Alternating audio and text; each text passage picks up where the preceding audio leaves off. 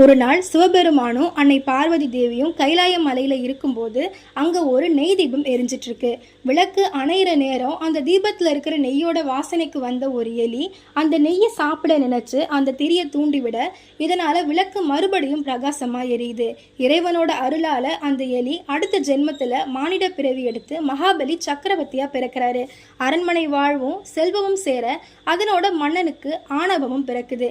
ஒரு நாள் அகங்காரத்தோட கோவிலுக்குள்ள தன்னுடைய உடை தரையில புரளற அளவு அலட்சியத்தோட மன்னன் போக அங்க இருந்த அகல் விளக்குல பட்டு அவர் உடை எரிஞ்சு அவர் உடம்பு முழுக்க ஆறாத புண்ணாகுது. தன்னுடைய ஆணவம் அழிஞ்ச மன்னன் தன் உடம்புல ஏற்பட்ட ரணத்துக்கு இறைவனை வழிபட தீப்பொறியால ஏற்பட்ட ரணத்துக்கு தினமும் கோவில்ல தீபம் ஏற்றி வழிபடணும்னு இறைவன் அருள் புரிகிறாரு. மன்னனும் அதே போல வழிபட்டு வர கார்த்திகை மாதம் கார்த்திகை நட்சத்திரம் கூடிய பௌர்ணமி நாள்ல இறைவன் ஜோதி வடிவா அருள் புரிய மன்னருடைய நோயும் நீங்குது. இறைவன் ஜோதி வடிவா காட்சி கொடுத்த இந்த நாள்ல தான் கார்த்திகை தீபம் கொண்டாடப்படுது. வீடியோ பிடிச்சிருந்தா லைக் பண்ணிட்டு மறக்காம நம்ம சேனலை சப்ஸ்கிரைப் பண்ணிடுங்க.